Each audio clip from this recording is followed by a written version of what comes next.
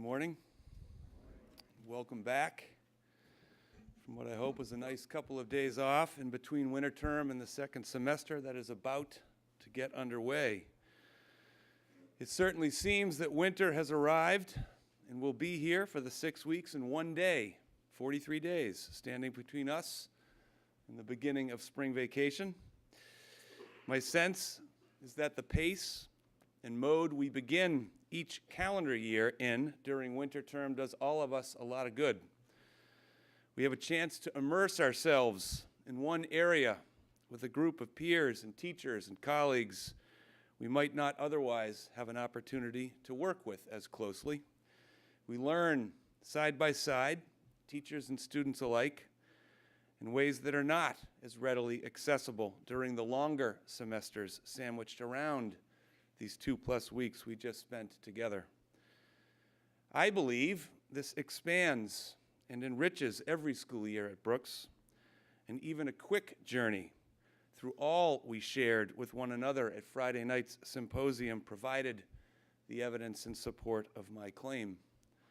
What a range of activity and engagement and immersion in project-based and experiential endeavors we just wrapped up.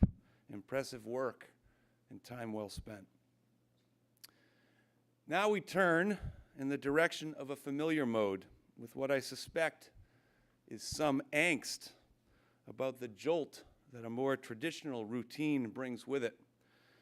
We will find our way through this transition together, I'm sure, and my hope is that winter term continues to inform the teaching and learning we do during the first and second semester. As Mr. Latham pointed out at winter term's beginning, we seek depth more than breadth during this brief window of time every year, and I would argue that additional deep experiences are well within our reach over the balance of the year. We are a more mission-driven school when achieving deep experience stays primary in our minds, as the most meaningful educational experiences we have at Brooks and in our lives are usually those that pull us all the way in. I hope we all step into our new semester later this morning with this in mind. As good as I feel about winter term and the semester ahead, I am sorry the calendar conspired this year to have us a bit scattered and away from one another on Martin Luther King Jr. Day. While his actual birthday was 1 week ago today, and he would have turned 90 years old had he not been assassinated 51 years ago this April. Yesterday marked the federal holiday honoring his life. To devote some time this morning and thought through the week and weeks ahead to his legacy feels important. In many ways, I think this country needs him now more than ever before. At a time when many of the more vulnerable among us are feeling threatened and are confronting hate at rates that are on the rise, Dr. King's leadership, courage, and conviction are missed.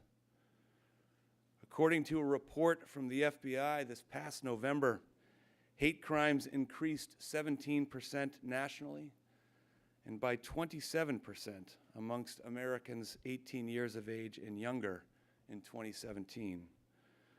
This is hard for me to fathom and leaves me yearning for a voice calling us to our better nature in compelling and persuasive terms.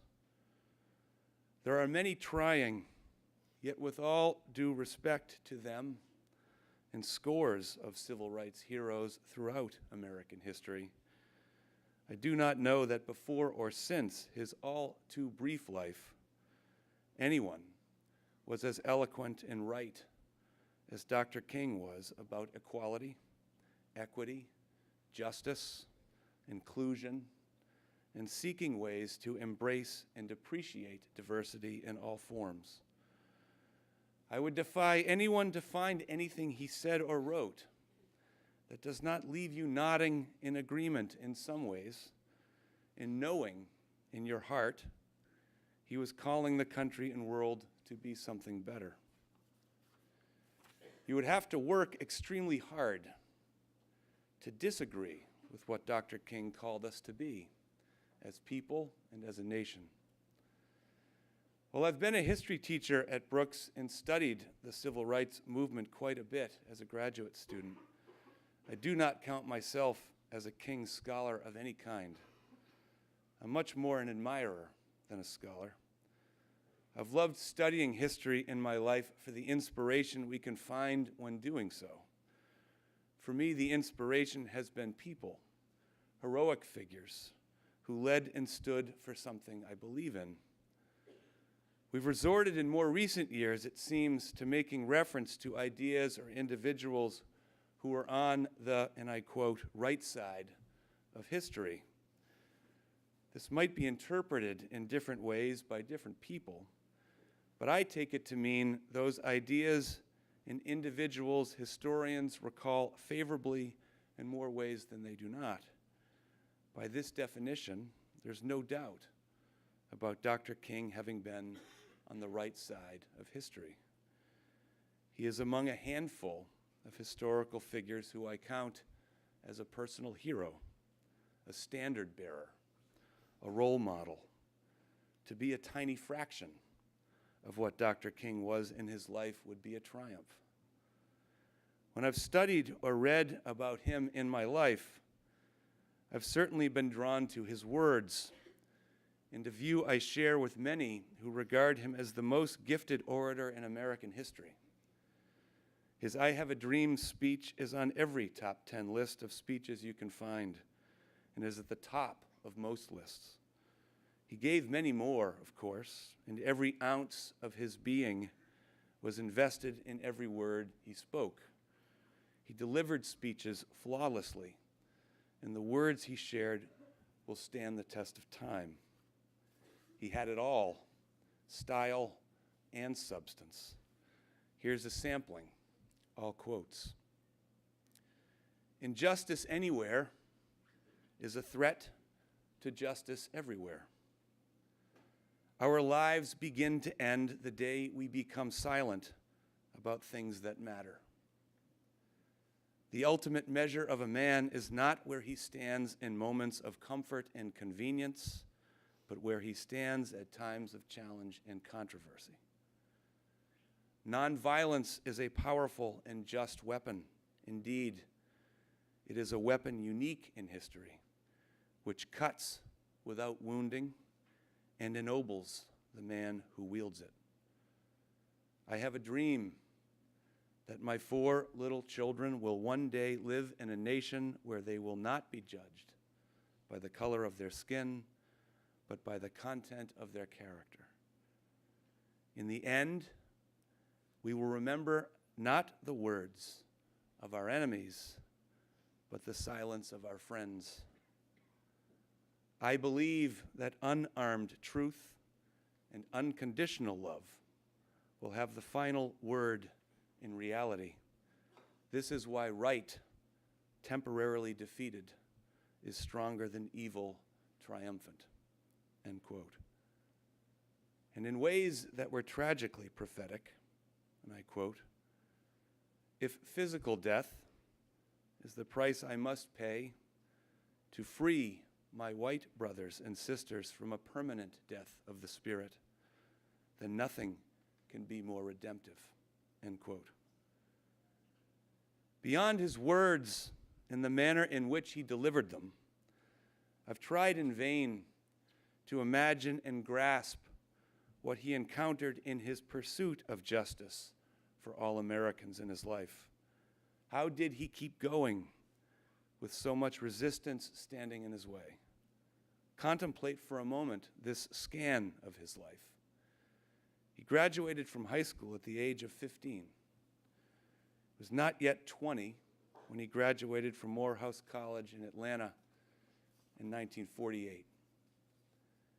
At age 25, he was on the executive committee of the National Association for the Advancement of Colored People, and in the year he turned 26 years old, He led the first major nonviolent civil rights demonstration in this nation's history, the Montgomery bus boycott in Montgomery, Alabama. This boycott ushered in a phase in American history and an approach to civil rights efforts that changed this country permanently. Along the way, he was arrested nearly 20 times on absurd, deeply racist charges. He was personally assaulted 4 times. He spent time in jail. His home was bombed. His life and the life of his family were threatened multiple times. He had to live in fear for the better part of his adult life, for the better part of his whole life, probably. And of course, as the quote I shared indicates, he knew he might suffer the fate that proved to be his when he was murdered for what he believed in. His courage seems to have known no bounds.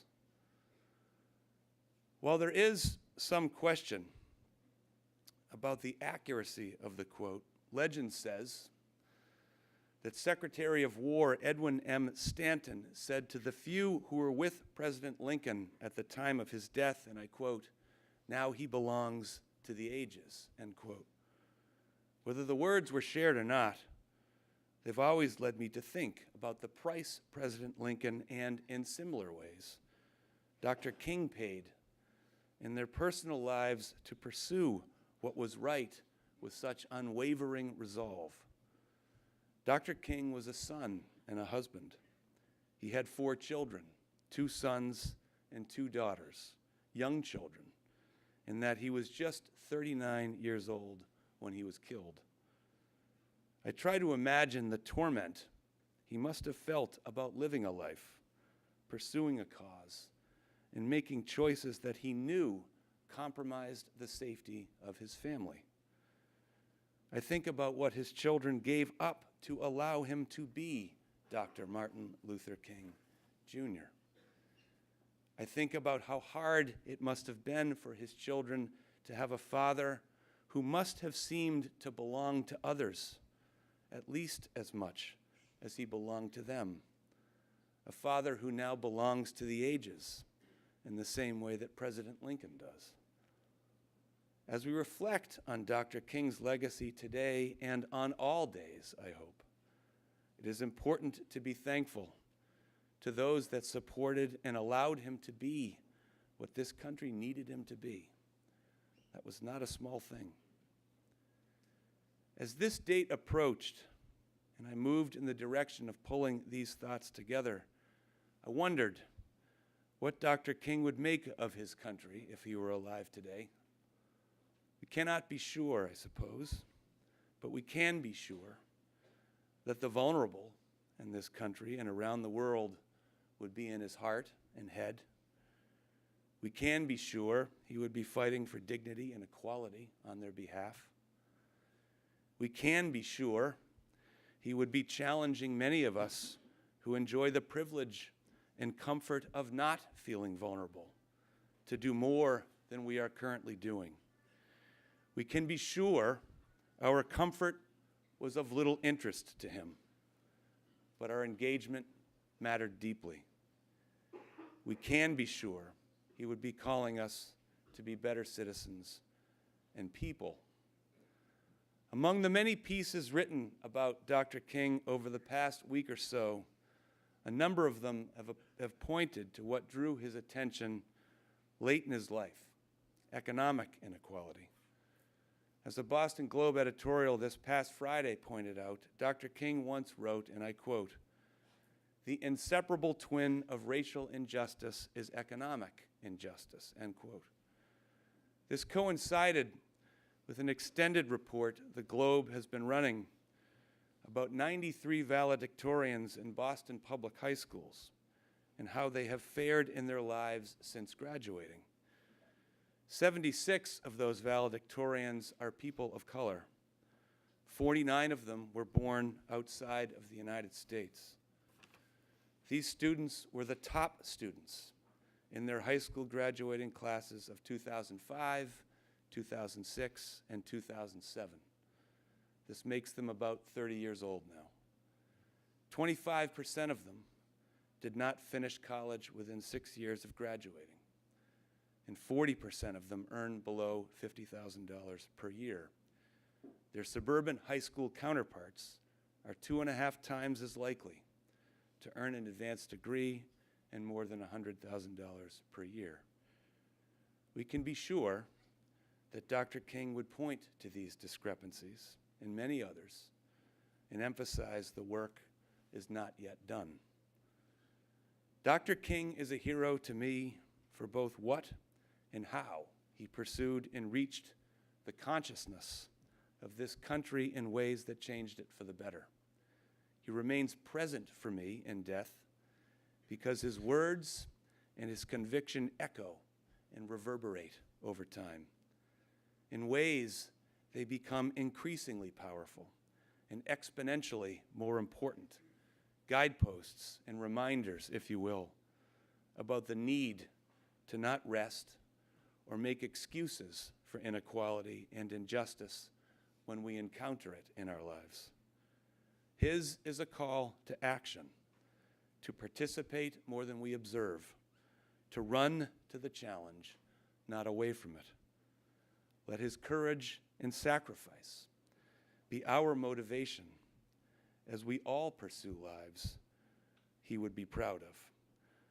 We're going to finish my remarks this morning with a short video clip, which is a speech that Dr. King gave to Barrett Junior High School in Philadelphia in October of 1967, less than 1 year before he was murdered. And the title of it is "What is Your Life's Blueprint?" It's good advice. Just excerpts. Thank you. This is the most important and crucial period of your lives, for what you do now and what you decide now at this age may well determine which way your life shall go. And the question is whether you have a proper, a solid, and a sound blueprint. And I want to suggest some of the things that should be in your life's blueprint. Number one in your life's blueprint should be a deep belief in your own dignity, your own worth, and your own somebodyness. Don't allow anybody to make you feel that you are nobody. Always feel that you count. Always feel that you have worth. And always feel that your life has ultimate significance. Secondly, in your life's blueprint, you must have, as a basic principle, the determination to achieve excellence in your various fields of endeavor. You're going to be deciding as the days and the years unfold what you will do in life, what your life's work will be. Once you discover what it will be, set out to do it, and to do it well. Be a bush if you can't be a tree. If you can't be a highway, just be a trail. If you can't be the sun, be a star. For it isn't by size that you win or you fail. Be the best of whatever you are. Finally, in your life's blueprint must be a commitment to the eternal principles of beauty, love, and justice. Well, life for none of us has been a crystal stair, but we must keep moving. We must keep going. If you can't fly, run. If you can't run, walk. If you can't walk, crawl, but by all means, keep moving.